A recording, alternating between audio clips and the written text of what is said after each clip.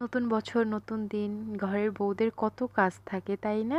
তো আমিও পহেলা বৈশাখের দিন সকাল থেকে রাত পর্যন্ত কি কি করলাম সব কিছুই এই ভিডিওতে থাকবে। নমস্কার, আমি শুদ্ধর্মা।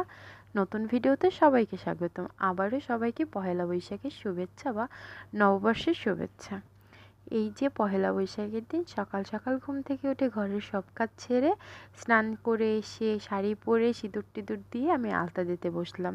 কারণ ওই দিন এমনিতেও ঘরের বউদের কত যে কাজ থাকে, টুকিটাকি ঘর গোছানো, ঠাকুরের কাছে নিজেকে গোছানো, মন্দিরে যাওয়া, ঘুরতে যাওয়া, রান্না বান্না করা, এই কত কাজ তাই না? তো আমিও ঠিক তেমনই সকালে ঘুম থেকে উঠে কাজকাম করে স্নান সেরে এসে আলতা দিতে বসলাম। আর ঠিক তখন বাজে 8:30। অনেকটা সকাল তাই না? হ্যাঁ, একটু সকাল সকাল উঠলেই ভালো, পুজো পার্বণের দিন ঘরদুয়ার ভালো লাগে। আর আমি তো আলতা দিতে বসলাম প্রতি বৃহস্পতিবার, যেহেতু দিই, আর পহেলা বৈশাখের দিন দেব না এইটা কি করে হয়? সব কিছু সেরে আমি আসলাম এই যে ঠাকুরকে নমস্কার করতে। আর এসে দেখি মা গোপুকে নতুন জামা পরাইলো, কি সুন্দর করে সাজাই গুছাইয়ে দিল। মা পুজো দেওয়া হয়ে গেছে। সকাল সকালে পূজা টুজো দিয়ে মা রান্নাঘরে রান্না করতে যাবে, আর আমি এদিকে নমস্কার করে মন্দিরে যাব। এই যে শুদ্ধ আর শুদ্ধর বাবা বের হইলো, আর আমিও রেডি হয়ে যাব এখন মন্দিরে। পহেলা বৈশাখের দিন মন্দিরে যাব না এইটা তো আর হতে পারে না। তাই আজকে বা মানে এবছর আমি সকালেই গেলাম। প্রতি বছর বিকালে যাই, কিন্তু এবছর আমি সকালেই গেলাম। একটু উপোস থেকে যাওয়ার ইচ্ছা ছিল, তাই শুদ্ধ, আমি, শুদ্ধর বাবা তিনজনেই কিছু না খেয়ে মন্দিরে চলে যাচ্ছিলাম। আর এই যে শাড়িটা আর এই যে ব্লাউজটা শুদ্ধর বাবা আমাকে পহেলা বৈশাখে দিছে।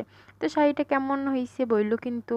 আর বাসা থেকে বের হয়ে সবাইকে নববর্ষের শুভেচ্ছা দিতে দিতে তারপরে চলে যাচ্ছিলাম মন্দিরে। আর শুদ্ধ তো বাসা থেকে বের হয়ে আমাকে চিনতেই পায় না, ওর বাবার সাথেই হাঁটতে থাকে। ও সকালে কিন্তু শুদ্ধরেও স্নান করানো হয়ে গেছে, যেহেতু মন্দিরে যাব তাই। আর এখানে আমরা দাঁড়ানো, আর শুদ্ধর বাবা মিষ্টি কিনতে গেল মায়ের জন্য। মন্দিরে যাব নতুন বছর, মার কাছে যদি একটু মিষ্টিই না নিয়ে যাই। আর আমরা বড় কালীবাড়ি চলে আসলাম। এসে দেখতেছিলাম সামনে অনেকটা ভিড়, মানে পুজোর দিন সবাই তো আসবে তাই না, এটাই নিয়ম। আর এখানে সবাই ধূপকাঠি মোমবাতি ধরাই দিচ্ছিল। আর এবারে এইটা দিল মন্দিরের বাইরে, কারণ ভিতরে অনেক লোকজন কখন কি হয়ে যায়, তার জন্য বাইরে দিছে। এইটা বেশ ভালোই হয়েছে। আর আমি এইখানে ধূপকাঠি মোমবাতি ধরাইয়ে দিলাম, দিয়ে নমস্কার করে তারপরে আমি ভিতরে যাব। আর এই যে এখানে অনেক বাতাস ছিল, মোমবাতি তো ধরানি যাচ্ছিল না, মনে হচ্ছিল বারবার নিভে যাবে নিভে যাবে, কিন্তু না, নিভে আর নাই, একদম জ্বলছে। তারপরে আমরা ভিতরে গিয়ে মায়ের দর্শন করব।